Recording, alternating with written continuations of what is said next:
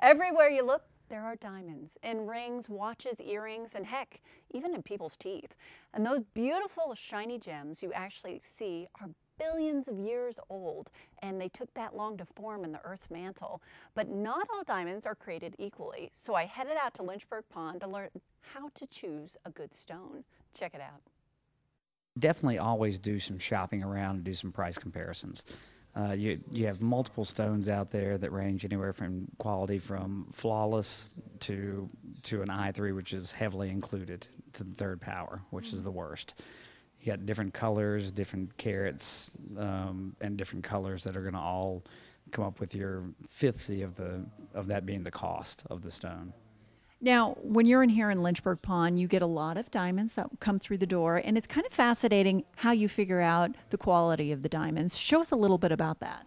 Well, the first thing is you use a 10-powered loop, and that's what you start to gauge a stone. We've got a couple of stones just here, for example, today that are actually some of the nicer stones that we have right now.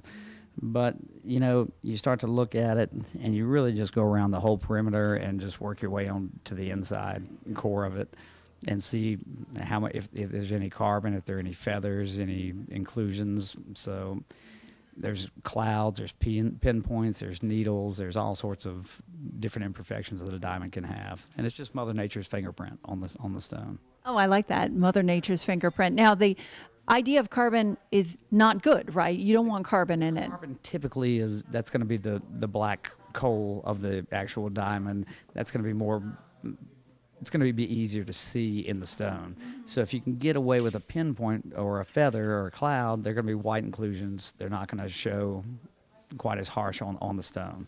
And the fascinating thing about that is you have two diamonds here that look beautiful and sparkly, but if you put them in here, you can see the carbon, right? This is just a fluorescent light, and most diamonds do not have fluorescence. But if you look at this one, it has no fluorescence whatsoever. This is a carat 56. It's a VS1. It's a G in color. Gorgeous little stone by itself. You put it down here, and it turns into a Smurf. That's what we call them around here. And it's just they're from gases that are caught in the ground as the diamond's forming. It's nothing bad about the stone, but it will depreciate the value of the stone a little bit.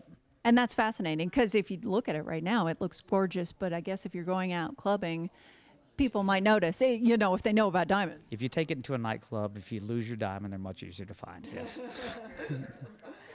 Now, also, if you come in here and you buy one of these diamonds in general, you can actually just mount it right away, can't you? We were at a sales seminar out for a National Pawnbrokers Convention out in Las Vegas, and we bought some of these semi-mounts. And what you can do is you can take that stone and actually stick it right there. We have a couple of jewelers back there that can take this, and then you have a brand new ring. Now, we were talking about, the different clarities of stones. I1, I2, I3, they're all inclusions that you can see with the naked eye. Some that need to be a trained professional eye. There can be an I1. If it's a good I1, a jeweler, what they'll do is if it's on the corner of the stone around close to the girdle, they'll take it and turn the stone and put that underneath a prong.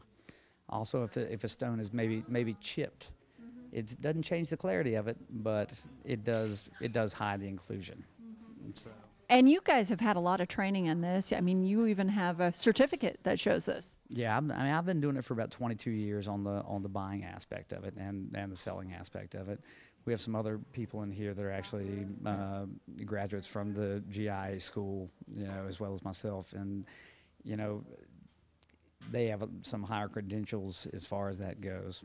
And so together we have a good little team that gets together, and we kind of debate back and forth as to what a stone is, and we're always going to market, if there's any dispute about it, we're going to market one grade worse, hoping that you find out that it's better later down the road. Mm-hmm. And you folks can come in here and you will buy their stones. You check out and check at the quality of them. We do. We're not just in it for the metals anymore. We're into it for the piece of jewelry. Now there are a lot of everyday pieces that we see multiple pieces every day. I mean, we're taking 400, 500, 600 pieces a day in jewelry, whether it comes in for a loan or whether we buy it. But that's what we do. You always get more to sell for a sale than you do as opposed to a pawn, which is a loan where you can come back and retrieve your item. But you know, if it's something that's that one-of-a-kind thing, yes, we're not scared to pay for it, and we don't see everything every single day. The other stuff that we do see more rapidly, we don't pay quite as much for it because we have so much of it in back stock. Mm-hmm. And it's a good idea too to come out here and check to see what you got, because you're going to get this for a cheaper deal in general if you come in here and buy it, right? Right. And we also have a lot of, we're talking about some of these larger stones here. We also have a lot of little 1 point to 15 point to 20 point stones.